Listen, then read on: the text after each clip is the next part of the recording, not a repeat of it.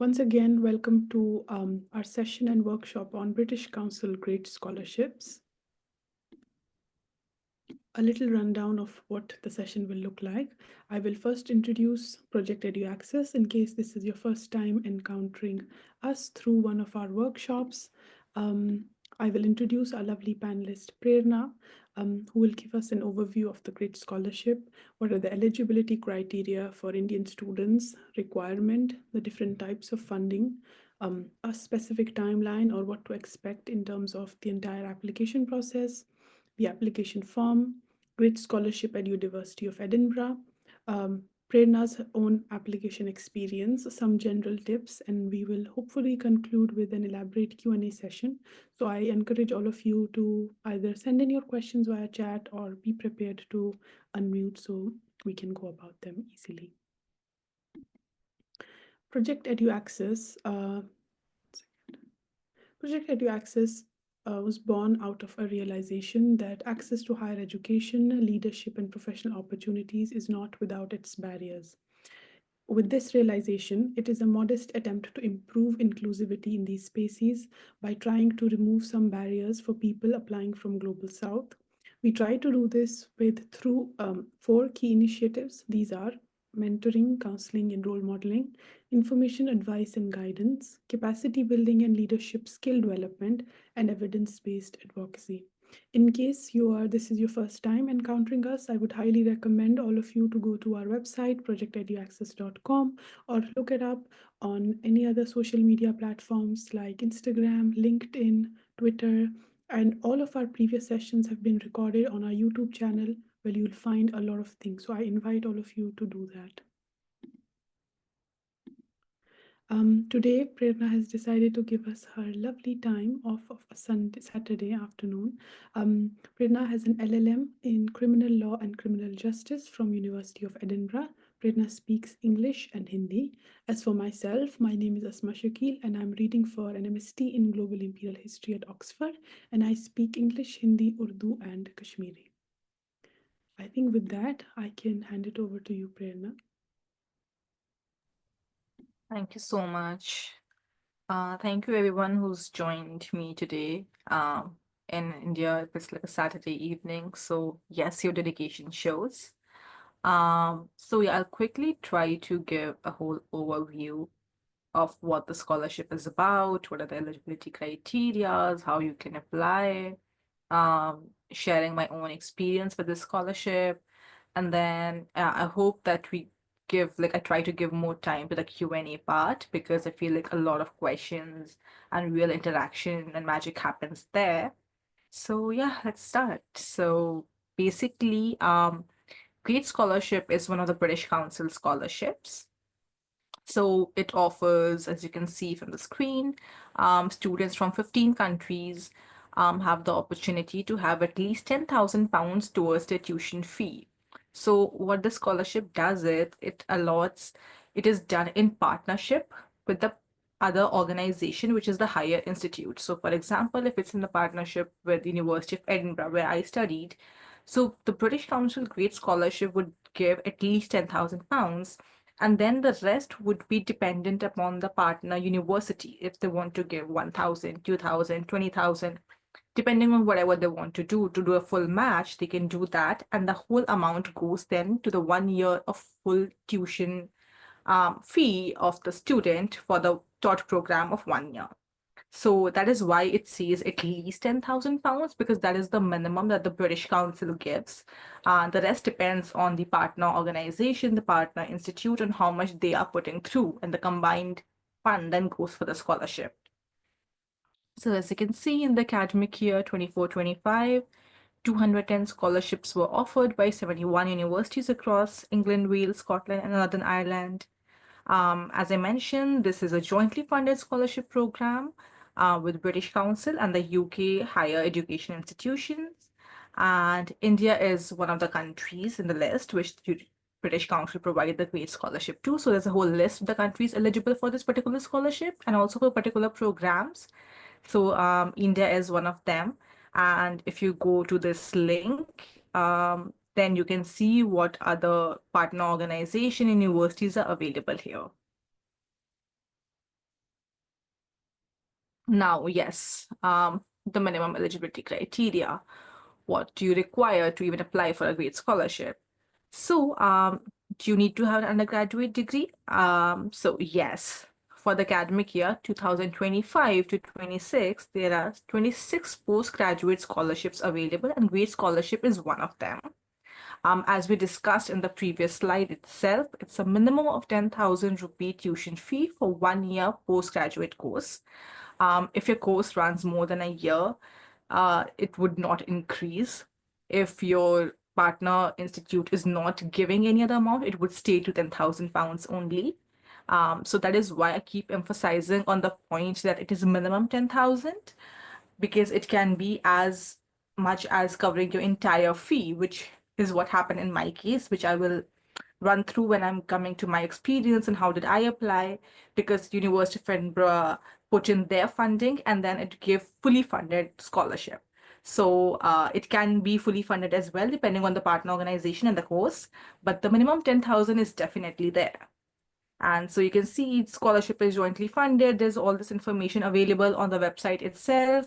So I would really recommend you going to the website. It's quite elaborate and it answers all your questions. So you can see the participating universities, specific scholarships, or like Justice and Law Scholarship, which is which I applied to because I am a lawyer, and then I applied to LLM in criminal law.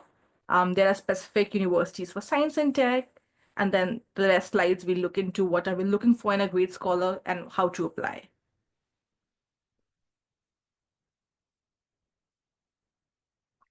Now, let's come to the minimum eligibility criteria. So, a great scholar must be a citizen of India. This is when you partner with India. You should have an undergraduate degree. But undergraduate degree can be from anywhere. It doesn't have to be from UK or from anywhere specific. My own degree was from University of Delhi, so it can be undergraduate degree from anywhere. You need to be motivated and have an interest in the proposed subject area, because you will have to write the SOPs, you'll have to write essays and other question and answer they would require to gauge how much interest do you actually have in the area, in the subject, in the universities, all of that. You must meet the English language requirement of the UK university. So yes, if the university requires you to take an TOEFL or IELTS exam, you will have to. The scholarship would not waive it off for you. So I gave an IELTS exam, and I had to fulfill the minimum eligibility criteria of University of Edinburgh, their LLM program. The British Council was not waiving anything off just because I was getting a scholarship or not. They had no role in that. You would be establishing an engagement with the UK as a scholar through personal and academic fulfillment, which is basically you stay in touch, with the British Council, of course.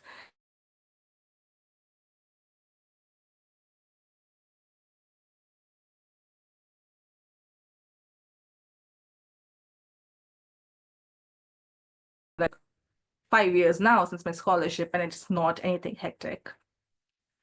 Again, you'll be willing to attend a networking event. It just occasionally, really occasionally happens. It's not like, oh, you'll have to attend an event every month or something like that.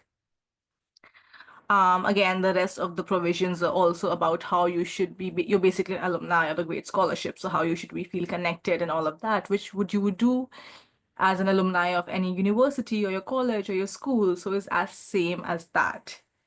So nothing too particular or demanding out of them.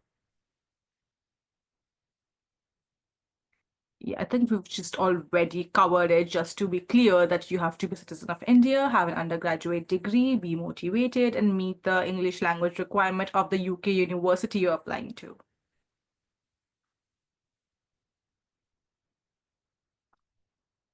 Yeah, again, to maintain, basically, you would have to sometimes, they would have the British Council, like because I'm based in Delhi, so British Council tend to have more events in Delhi. So sometimes I'm supposed to attend them as a great scholar, which is also great because it's like you're going back to your home. They've done so much for you. You feel connected because you meet your fellow alumni, other students, other great scholars, other people from the university you would probably prospectively study at. So it's a fun situation. It's nothing too hectic about it. Yes, now comes the more important part. So you need to start researching the potential universities and the courses for which the grade scholarship is available a year in advance. Because they all have very different timelines, they have very different deadlines. Some of these deadlines are not even easily accessible and available on the face of it. So you really have to go in depth research to find them. So how it happens is basically what makes great scholarship application procedure basically very different from other application procedure is that you don't apply for a great scholarship while you're making your application. It happens through nomination of the organization, the institution where you would prospectively study at. So if you look at it, basically whenever you want to study at the university, if you're applying for a September intake, you would be applying a year behind. So if I want to, I'm already late for a 2025 intake now, actually. But if I was applying for a 2026 intake, I would start looking right now. The applications and all would start open in like October. So I would try to be as quick with the university applications as I can, because unless I get a selection, either conditional or unconditional from the university, the next step for grade scholarship cannot be pursued because the university selects you first, like I mentioned, as conditional or as unconditional. And after receiving an offer from the university, you receive an email to submit the application form. So I will show you in a little more detail in the next coming slides on how that happens. But basically, this is how it happens. The university nominates you.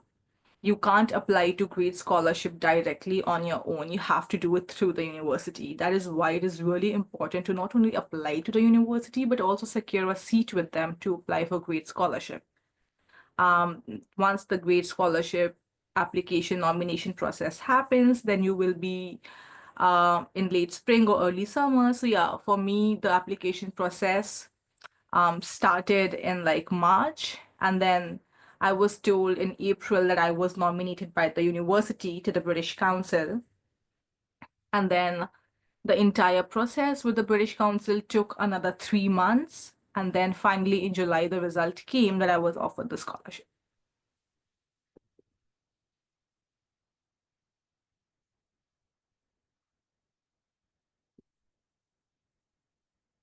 So here is a more in-depth information. If you look at, so basically, the Great Scholarship, it's a screenshot taken from their own website. That's why I keep mentioning. Please go to their website and have a look at them very carefully.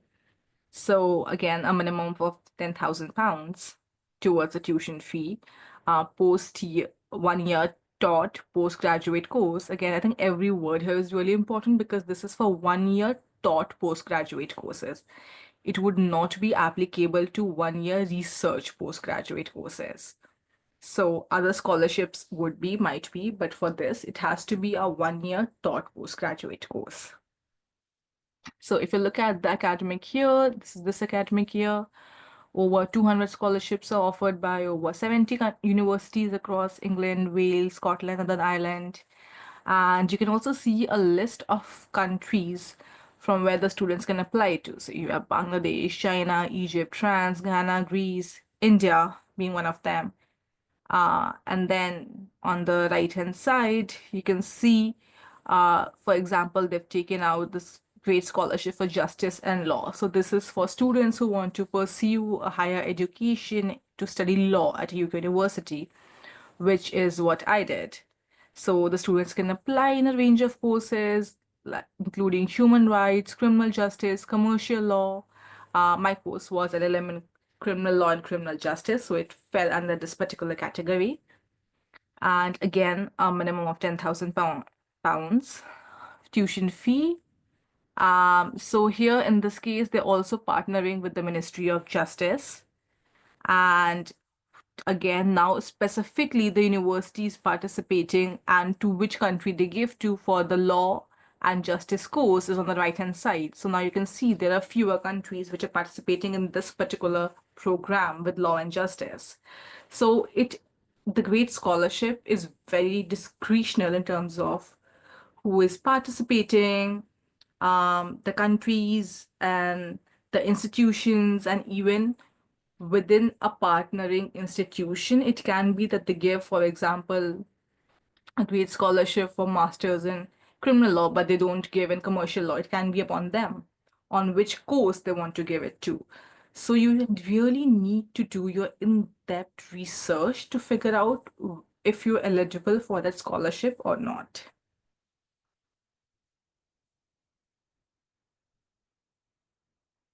Now this is again a screen grab taken from the website, so you should see it. So this is University of Manchester's page on the guidance for the Great Scholarship. So their deadline is 24 April 2025. So you must complete your Great Scholarship form by then. So this means basically that you would have applied for the university much in advance. You would have gotten your conditional or unconditional offer much in advance, would have accepted that.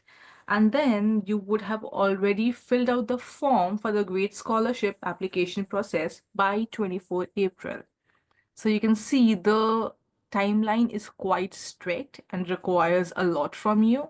So this is why you need to really be on your toes when you're adhering to the deadlines and the guidelines, so you don't miss out on this excellent opportunity. So if you look at the eligibility criteria, for example, candidates must be passport holders of Egypt, France, India, and Kenya. Now look at it, it says science and technology. So the one that we just looked at for law and justice would not be applicable on this one. And then again, this is any full-time master's degree faculty at UCL, then this specific thing. So like for the candidates from Kenya, can apply for the Great Science and Technology Scholarship. You must have an application to study a master's degree in one of those science and tech, and then you've chosen at UCL, and then again, look at the deadline. So for them, the deadline is Thursday, 8th May 2025. So no, if you look at it, the Manchester one had a separate deadline and the UCL one has a different deadline. So that is why it is very specific to the university it is partnering with, while the general deadline of British Council would come at a later stage. The universities can have their own separate deadlines, and you really need to be mindful of those. So if you look at the last bit of it, oh, sorry. Yeah, just the last bit of it. So yeah, for example, the value, benefits, and duration. So there are 4 scholarships available, one for Egypt, one France, one India, one Kenya, and they are only giving £10,000. So the partner organization decided that they'll give the minimum amount, which is £10,000. Yeah, we're good.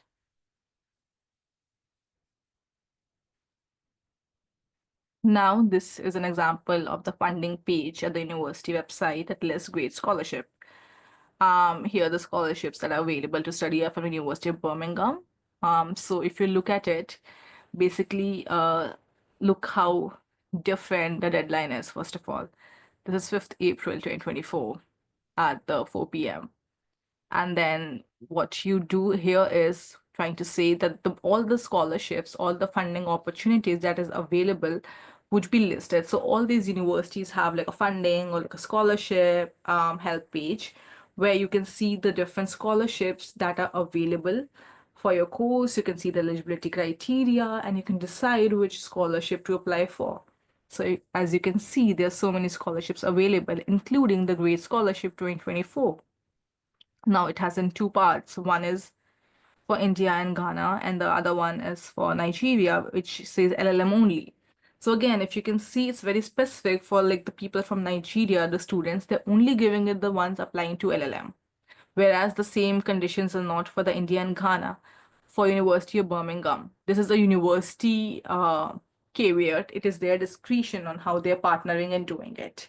So depends really really a lot university wise. So please be very careful when you're doing this research and don't just assume that a particular course or a particular scholarship would be available institution wise.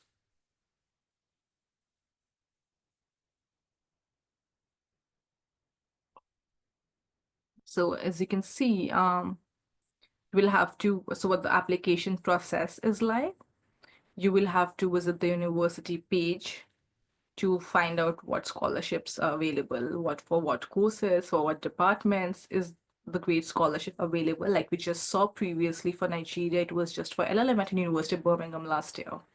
Similarly, it changes so much university-wise and course-wise as well. So be mindful of it. You will follow the link of the university website and you will find all the information. I think all these UK universities have done an excellent job with their websites. 97, 98% of information that you require is very easily accessible. All you need to do is do some really good research, which you must. And for rest, you can always write to them, email them.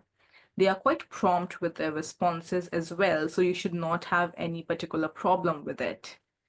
Then applying for individual scholarship depends on the instructions of each university's scholarship web pages. I keep mentioning it differs so much because it does. You should not be going with any pre-informed notions that, oh, this is how it will be. It will be totally different. It can be totally different, is what I mean, actually.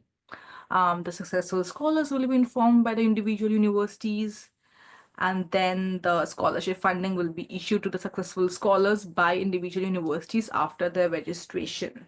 The funding will not sort of come to your bank account. At least it did not in my case. It directly went from because it was partnered with University of Edinburgh and they were also contributing to the scholarship. So it went together for one semester, the Great Scholarship. The British Council gave money, and for the other semester, the Edinburgh did. And they just did in their own bank account. So I had nothing to do with it. All I had to do was present the letter and upload it to my portal.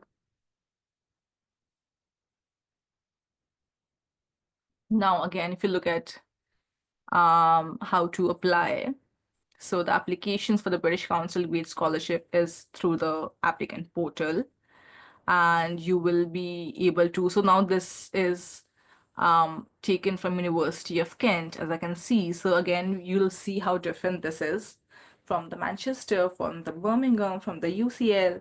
Some want you to email, some have application portals, some want you to write to a particular person about it. So again, this is a university discretion at the first level that you must adhere to. So please take your time and do your research about the scholarship. It is an excellent opportunity, but it's just a little more tedious than the other scholarships. So if you look at it, yeah, you will be able to apply for the Great Scholarship once you've received an offer from the program of University of Kent, which is for any other university. Like I mentioned, you need to have either a conditional or an unconditional offer to be able to apply for the Great Scholarship. And here they say you will need to submit the following: an essay of no more 500 words about the topic you have studied previously and why you found it interesting. This topic should be related to have inspired you to apply for your chosen degree program. So, how it happens is at the first stage when you're applying for the Great Scholarship is the university stage. So, for example, at the India level, you've all applied, let's say, for LLM, and they're giving a scholarship for LLM. You apply for LLM, you got your offer letter, you're going to your portal to apply for Gate Scholarship. The university will do like the first round of screening where they can, for example, they've asked you give this particular essay to write, and then you upload this document, and then here's a separate thing if you applied for the School of Pharmacy, and then together the university will decide the first stage of screening if the application is worth forwarding to the British Council or not. Once the university does the screening and they're like, oh yeah, this is a good candidate that we want to nominate from our institution to the British Council, they do that. That is the second stage.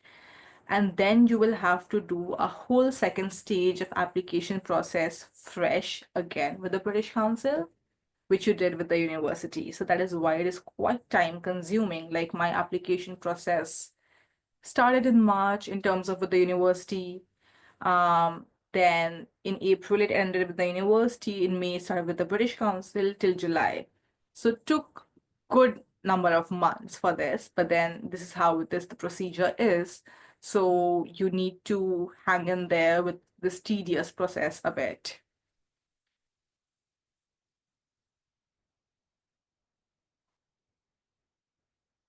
Yeah, so now we've sort of come to my experience and my slides. So these are the screenshots from the email that I had received for my grade scholarship application process and how it sort of happened. So, okay, so the first email first, the one that starts with the dear applicant. So this is because this came in around February or March. Um, so I had received a letter from them, an offer from them in February. Uh, this was, I had gotten a conditional offer because I was still in my final year of undergrad. So they say, oh, this is because we've made you a conditional, unconditional offer to join Edinburgh in September 2019. And as part of this year, the university has teamed up with British Council to offer 3 fully funded scholarships. So here is like it was brilliant for me because, like I said, the £10,000 is only the minimum amount that British Council gives, and it is the rest is up to the universities on how much they want to contribute and make the total scholarship fund to be. So in my case, it was fully funded because University of Edinburgh just stepped up and also contributed significantly to the scholarship fund. Um, so I had a fully funded scholarship, which even though it was grade scholarship, so the grade scholarship funding can really depend from 10,000 to whatever the bar is the university decides it to be. So it can be a fully funded scholarship as well. You just need to do your research to figure out. So as you can see here, that year the university decided to give 3 fully funded scholarship in 3 different areas. One was law, one was education, and one was health and social science. And the scholarship was to cover the cost of duration of your 1 year master's degree at Edinburgh. So now this was the first email that I had received, and I was like, okay, I am eligible to apply for this. And then this is a screen grab of my offer. So if you look at the left hand side, it's like, oh dear Prerna, we're delighted to have you apply to the LLM Criminal Law and Criminal Justice at Edinburgh. Congratulations. And you will be joining here, a little bit detail about it. And again, um, a slide on the Great Scholarship. So then they again drew my attention to be like, oh, um, this is to draw your attention to the Great Scholarship. You have recently applied and you may be eligible for the scholarship. Uh, each scholarship again will cover the full tuition fee at 1 year taught postgraduate master program. So if you can see it again, it's a 1 year taught postgraduate program. The deadline for application is Friday, 10 May 2019. Then we would advise if you're interested in submitting an application to the Great Scholarship, ensure you have already provided all the required documents in support of your application. Yeah, please do keep in mind that all your documents are always ready and they are in the prescribed shape and prescribed format and adhering to the timeline, because nothing would be more unfortunate than having your particular application get rejected because of technicality.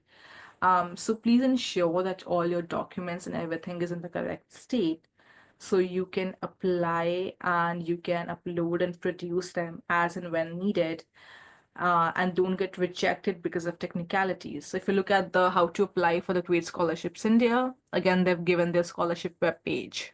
So this was an email that I'd gotten that, okay, this is a great scholarship. It's fully funded for this year because you applied for law and we're giving one for law. You're eligible for it. And you may check rest of eligibility criteria at the following link. So when I received this email, I went to the eligibility criteria, so all of that, I was like, okay, yeah, I'm eligible to apply for it. So this is how the process, the first process of the application of the Great Scholarship started. It was started because it was initiated at the end of the university who applied and approached me saying, listen, you're eligible for this. You can fill up the form.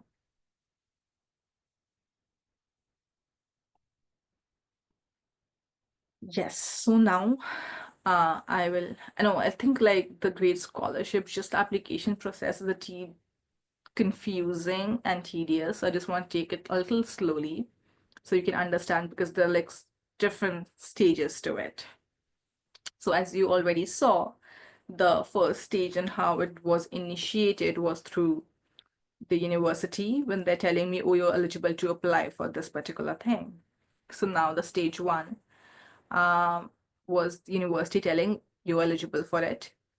And now what happens is you apply to the university, you fill up the form, the Great Scholarship. Now, the university would then select one person so everybody who had applied for, who had received an offer for LLM from India, who was eligible to apply for the Great Scholarship in that particular year when I applied. Now, whoever applied, fill up the form. The university, like I mentioned, did the first round of screening. So the university saw all the applications for the Great Scholarship at their end, and then they chose one person. That is how the nomination process works. They do the first round of screening and then they nominate one person from their university. So now, because this nomination, when they'll go to British Council, so you can't directly apply to the British Council. So again, I applied to the university, and after about a month, the university said, oh, they've chosen my application and would nominate me for the British Council. So, of all the applicants of LLM who had applied for the Great Scholarship, university chose me and decided to nominate me to the British Council. This became the second step of it. So the first stage, I did the whole scholarship application process for the university level screening because it can only function through nomination. And then the university nominated me to the British Council. Then, now here is where the first stage is completed. I get a conditional or unconditional offer from the university. I get an email from them saying I'm eligible to apply for this scholarship. I applied for that scholarship. I did the SOP, I did the questions, I did all of that. And after that, I got an acceptance letter from the university saying, oh, yes, we choose to recommend you to the British Council for this particular scholarship. You've cleared like the first round of it, basically. Then came the stage two. Now, in the stage two, the British Council emailed me to invite me to apply for the scholarship. So I got in the nomination, but that was just the stage one. Now I had to do a whole scholarship application process with British Council. So yeah, so now I was competing against all the nominations from all the universities across the United Kingdom. So basically, I was a nomination from University of Edinburgh, but the same nomination would have come from University of Kent, Birmingham, UCL, all of that. Every university would have recommended somebody, nominated them to the British Council for the scholarship. And the whole competition is the second round there. So I did my whole process there, which was basically an application form, SOP, LOR. There were essay questions, there were short questions. After that, I was told that I was selected for the second round, which is the interview. Then the interview was a panel discussion. It was done virtually. And then I had around 5 people on the panel from all across the globe. And then the interview went on for about half an hour to 45 minutes, if I remember it correctly. And after the interview, there was another 2 weeks or so, and then the total process from when I applied till the result came, it was about a month.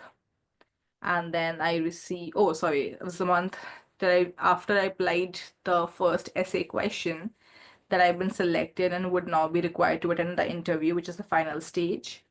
Yeah, the interview, like I mentioned, included a panel discussion. It was done virtually.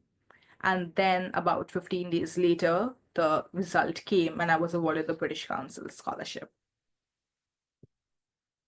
So yeah, this is I just want to run it a little quickly because I feel like there would be more questions about the application process because I know it can be a bit confusing. It was confusing for me too when I was applying for it. So feel free to question about the scholarship, the process, how to write, anything. I'm happy to help. Thank you so much, Prerna. That was amazing. I'm going to stop sharing the screen and spotlight you for everyone so all of us can have fruitful conversation about the great scholarships and any other questions that we may have. As I mentioned previously, if you're not comfortable with asking questions or unmuting, you can ask them via chat.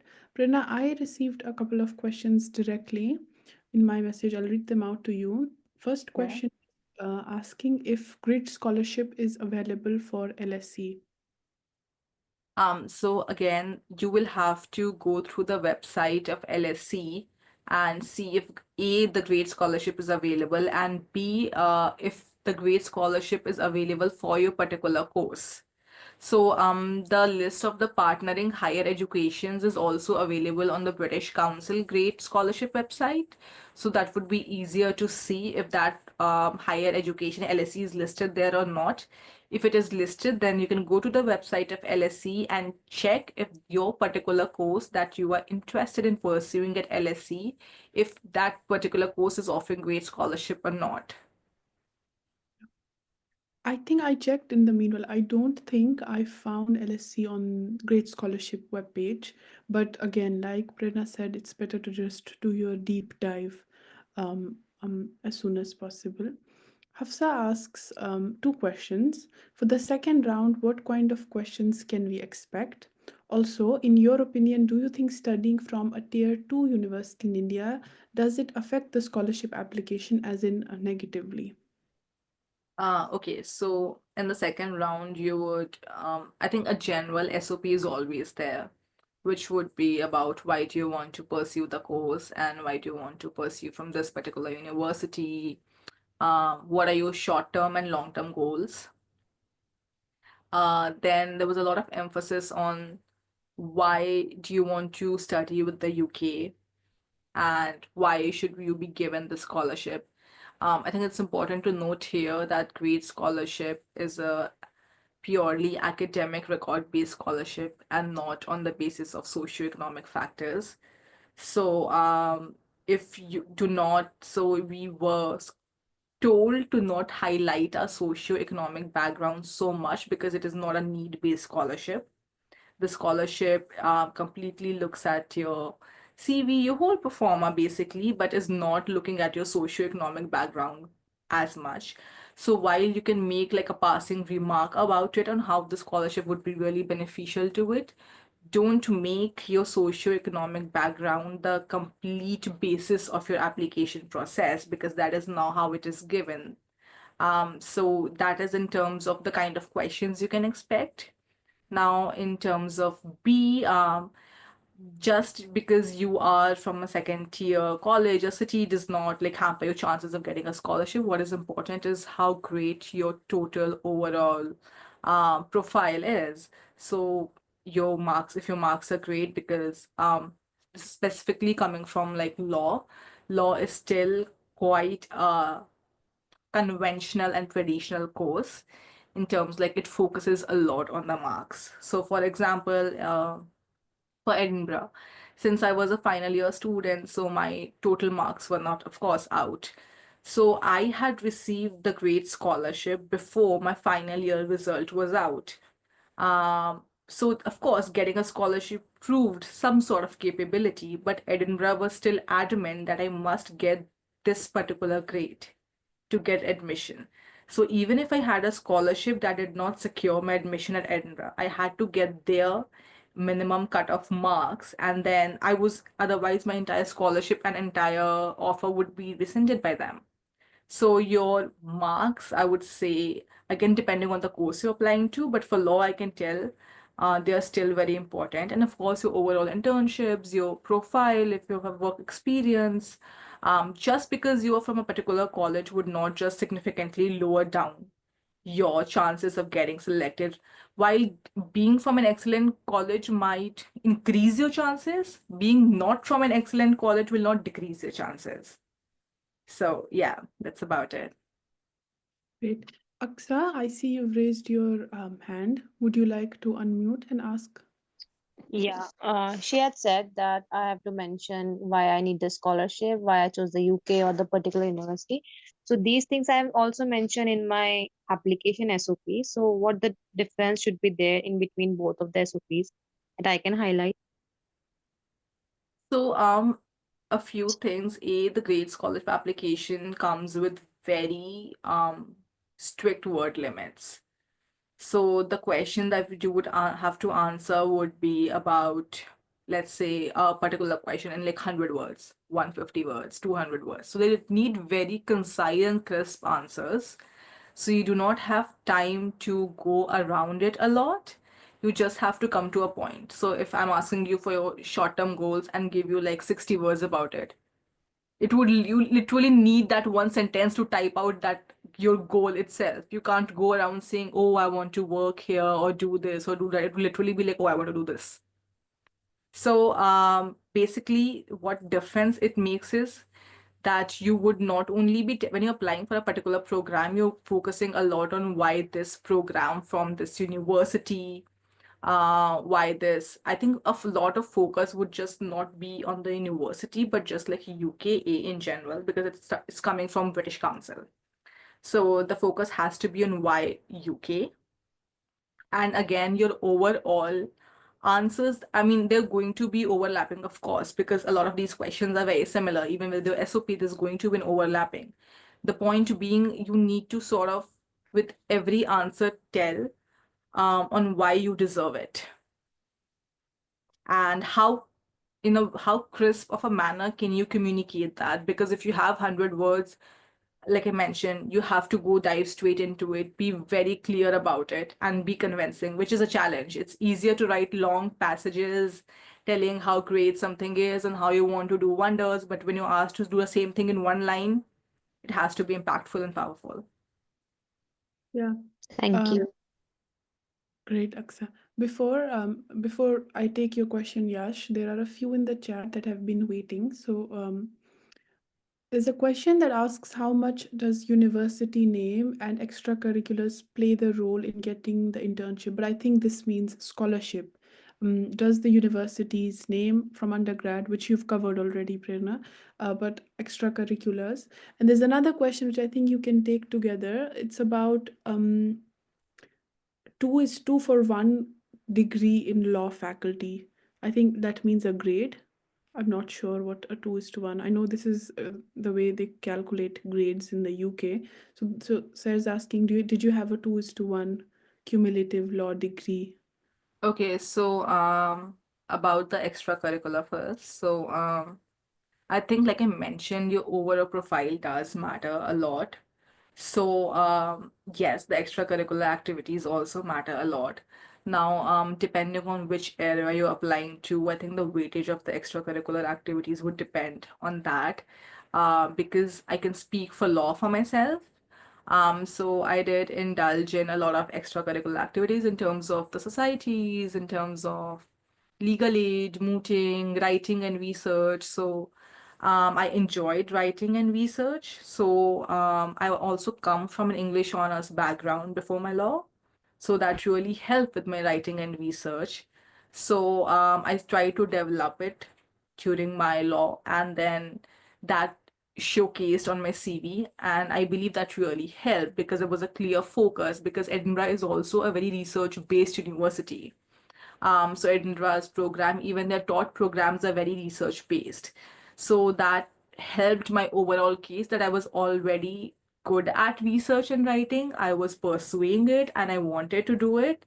So you need to kind of match everything and see what complements where, what the university's focus areas are, Are you working in the areas where the university also focuses? So, for example, so if I'm working in societies that the university later has nothing to do with, they wouldn't care so much. But if I'm working in the area that I can at least fit in some areas of my prospective university, potential universities, that would be lovely. So extracurriculars do matter, but then I would not recommend them at the cost of your grades. Because like I mentioned, at least for Edinburgh, extracurriculars and all were lovely, but then if I did not meet their basic eligibility criteria of minimum grades, nothing else would matter. And in terms of how much did I score, for Edinburgh had like separate university-wise minimum cutoff required. So for University of Delhi, they had 60% minimum. Great.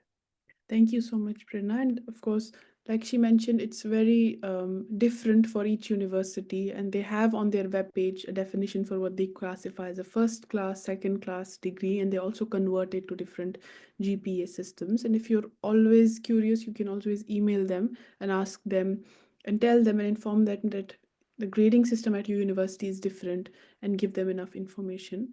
Thank you so much for patiently waiting, Yash. Why don't you unmute and ask the question? Hi, good evening. Yeah. So I am also a keen student. I want to pursue LLM in IPR and innovation laws from Edinburgh only. I've been wanting it for like a past year, and I applied in previous universities last year as well. But this year I was very adamant for only two universities, out of which I have already received the offer letter from NUS Singapore, and I'm still waiting for University of Edinburgh to offer me.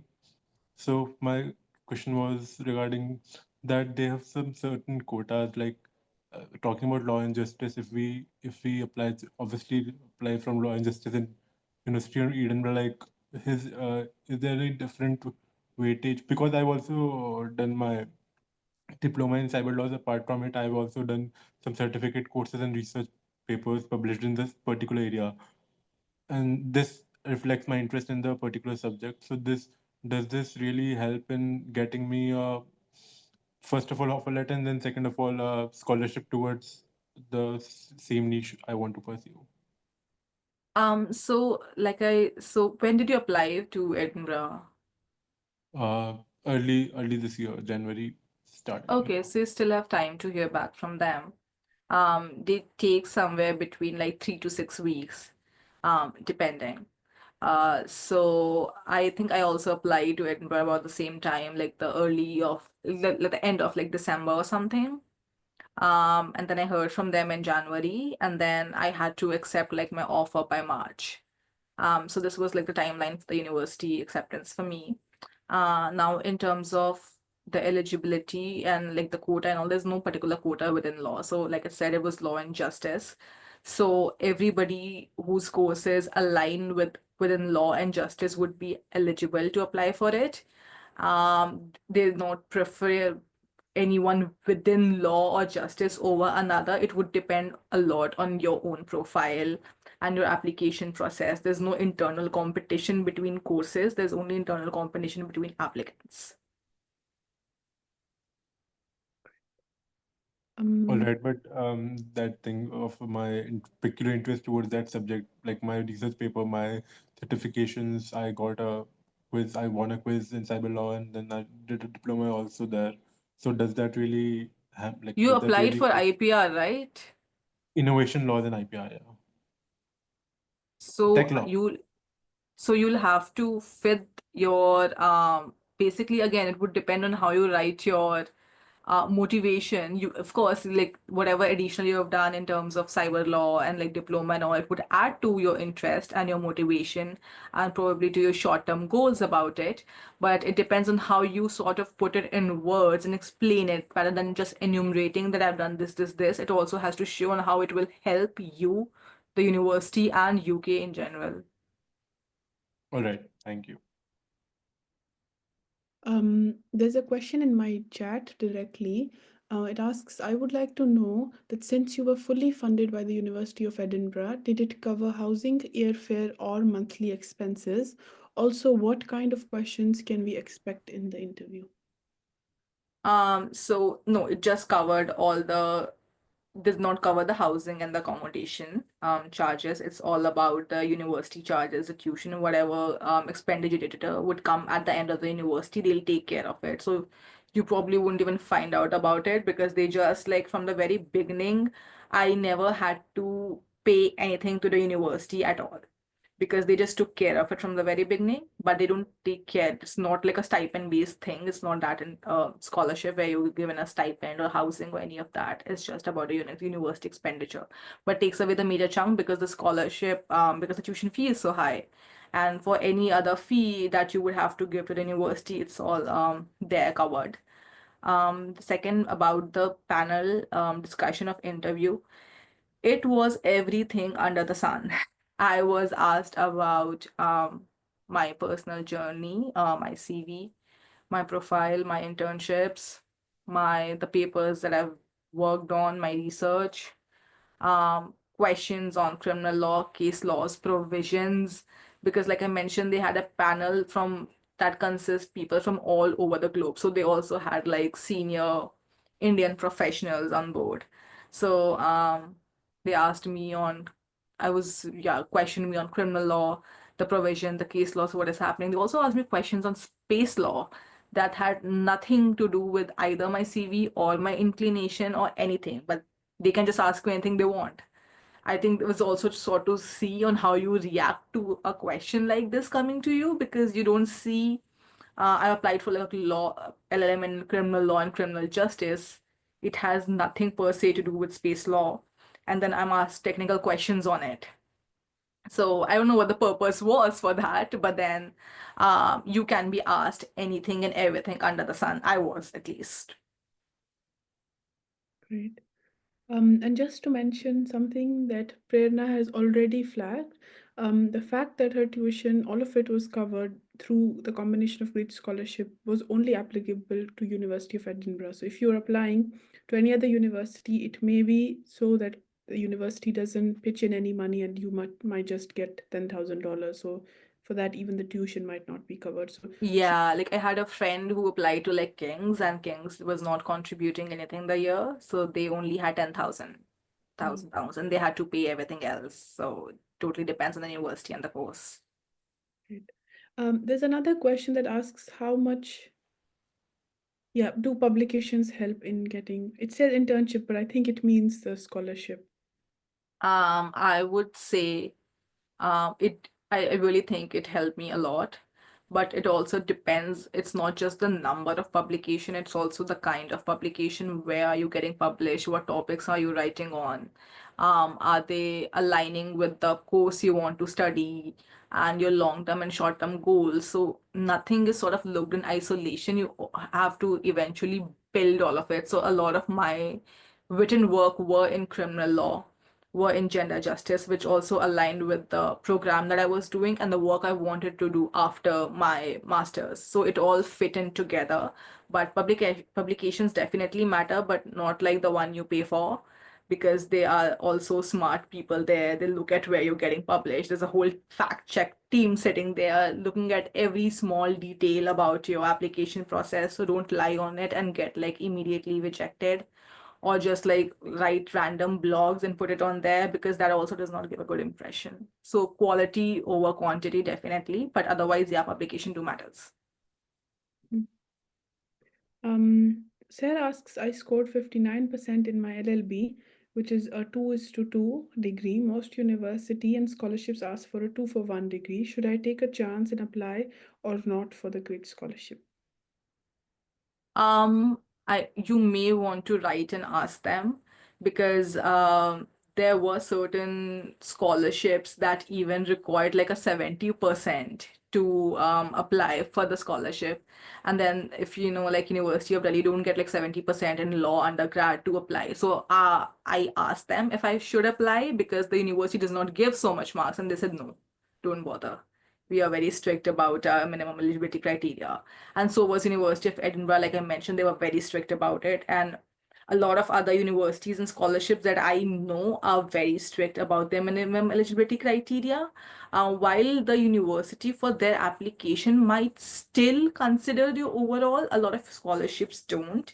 So if you are doubtful about it, you may want to write and ask them. Otherwise, if it's like a really long process, I wouldn't go through the process only to get rejected on technicality later. But that's just my own personal opinion. I would not do it. Yeah. So always ask them before. And university people are the best people to ask, right? They will give you the exact Yeah. answer. Yeah. There's another question. How was your experience in the university? Any do's and don'ts which you would like to suggest? It's a great question. I had an absolutely excellent experience. I love the place. Edinburgh is like just the best city to be at. It's beautiful, it's amazing, the best people. The university was also amazing, but I also did my whole due diligence in selecting my university. So I was very sure about the course I want to pursue with the LLM was in criminal law. And I was also very sure about the universities I want to apply to. And I only applied to like a very few top universities, and I looked at their curricular program in advance. I looked at their professors in advance to see where I want to go to. So all of that happened, and then my experience was excellent. So I would say, in terms of the do's, do your research. I cannot emphasize on it enough. Do the research on your end quite well. Before also like reaching out to universities and all to ask questions, don't go and ask them questions that you can easily look at their website, because that just shows your ignorance and lack of motivation and lack of your research skills. So do your research, and then if you can't find something, please feel free to reach out to the resourceful people and the universities, but do your research at your end. That's my number one advice. And in terms of the don'ts, I would say, um, don't underestimate the structure of your program and the kind of course you're applying to. So don't just go to the university's name, but in a program that you don't like, because the programs are extremely hectic and they will stay with you for the rest of your life. And you don't want a program to stick to you if you're not going to enjoy it, because it will take every ounce of your sleep, your time, and energy. So it should be worth it. Yeah. That's great, because we've come just about in time to close the session. If there are no more questions for Prerna, please join me in thanking her for taking time off and being so patient with all the questions. Thank you so much, Prerna. It was lovely to hear from you and your experience with the great scholarship. I wish all of the people applying a best of luck. But in case you have any more questions or are still figuring out different application procedures, different kinds of scholarships, or even programs, just know that there are a lot of guidelines we have published and developed on our website. I've just shared the link in the chat for it. Other than that, the recording of this session, including all those that we've conducted, are also available on our um, YouTube channel. Please feel free to go in there, try to figure out what you want to do. And we also run mentorship sessions. So try to look out on our websites and the spaces to see in case there's anything that we can help you with. With that, I think we can close the session. Thank you so much. Thank you. Thank you. Good Have a night, lovely evening, everyone. everyone. Good night.